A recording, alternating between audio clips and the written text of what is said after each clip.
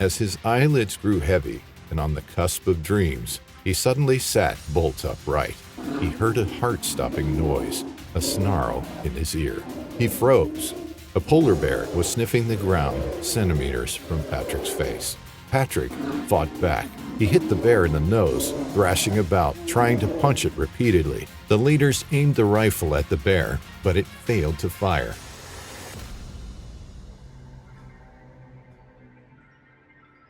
July 23, 2011. A group of 13 school students set off on a journey of a lifetime. The British Schools Exploring Society is a world-class youth development charity founded in 1932. Young people between 16 and 25 years of age are given the opportunity to take part in environmental research across the globe. This year, an expedition to the frozen Norwegian archipelago of Svalbard, which promises adventure in a beautiful yet unforgiving environment. Svalbard is home to a number of international research stations. Scientists from all around the world study the flora and fauna, the geology and glaciology, and the changing environment of one of the harshest climates on the planet, the Arctic Circle. The youngsters began their trip on the 23rd of July. The expedition was scheduled to last 1 month. Little did they know that it would be far shorter than that.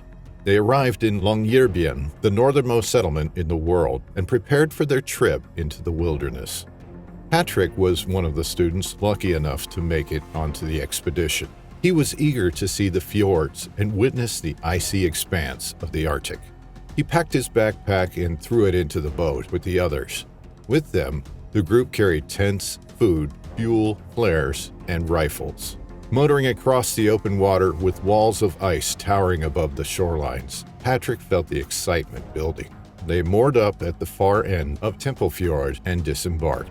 Hauling their belongings through the frozen landscape, they made camp near the Van Postbreen Glacier. 4 days into the expedition, the group was marooned on the glacier due to an unprecedented buildup of ice on the fjord. Patrick was frustrated. He had been looking forward to the second half of the expedition and traveling back across the water to their next research site. His spirit was lifted, however, when he spotted a polar bear in the distance.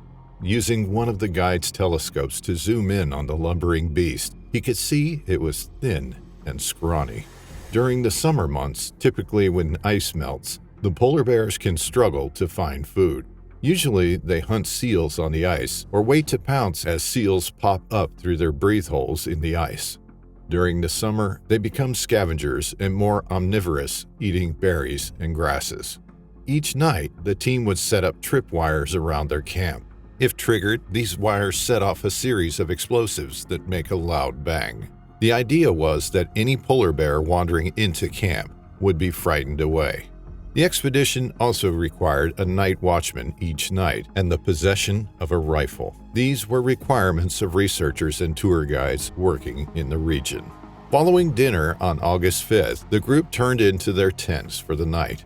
It was a chilly evening with an eerie mist setting in. The camp leaders decided the use of a night watchman would be futile, given the increasingly poor visibility.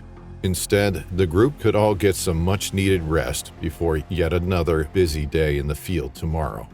Patrick snuggled down in his thick sleeping bag. He felt warm and secure in his canvas tent with his newfound friends, and looked forward to what the following day would bring. As his eyelids grew heavy and on the cusp of dreams, he suddenly sat bolt upright. He heard a heart-stopping noise, a snarl in his ear. He froze. A polar bear was sniffing the ground centimeters from Patrick's face. He held his breath, not daring to breathe.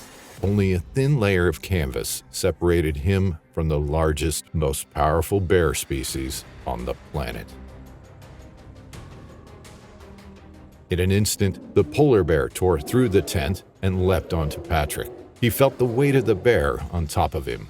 An adult male can weigh up to 600 kilograms. It was crushing Patrick in his sleeping bag, but Patrick fought back. He hit the bear in the nose, thrashing about, trying to punch it repeatedly, but the bear slashed him across the face. Patrick let out an ear-piercing yell, and the team leaders came running. With paws 11 inches round and claws 2 inches long, the bear swiped at Patrick again and again. slashing his head and his arm. Mercifully, it left Patrick and rampaged through the fog-engulfed camp. The leaders aimed the rifle at the bear, but it failed to fire. They tried again and again. In a blind panic, they had fatefully left the safety latch on and could hear the terrified screams of other students ring out across the camp as the polar bear mauled them. It came running at the leaders, knocking 2 of them to the ground and jumping on them, burying its teeth into their flesh. Finally, a shot was fired, and the bear fell to the ground. A helicopter was called from the satellite phone and arrived moments later. Tragically, an Eton College student, Horatio Chappell, was killed that night. The polar bear had crossed the tripwires surrounding the camp, but they had not fired. It walked straight through the camp and into Patrick's tent. Team leaders Michael Reed, 29, and Andrew Ruck, 27, were both injured in the attack, as well as students Patrick Flinders, 17, and Scott Smith, 16. Airlifted to the Norwegian mainland, they went on to make a full recovery.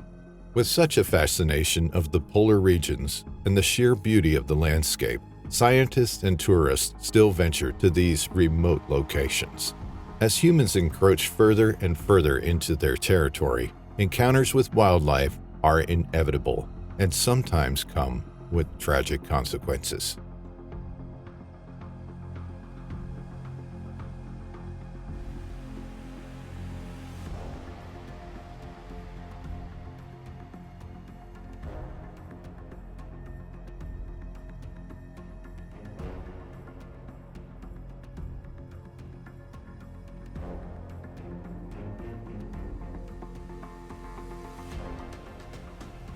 How to be polar bear safe.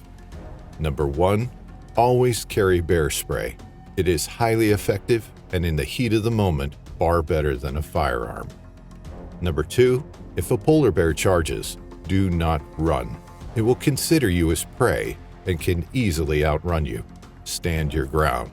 Number 3, carry a high-caliber firearm with you at all times.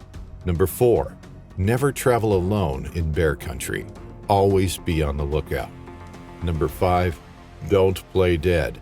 Polar bears do not fall for this. Instead, hit their sensitive areas such as their eyes and nose. Number 6, lay tripwires around your camp and check that they are connected and working. And let's not forget, it's their territory, not ours.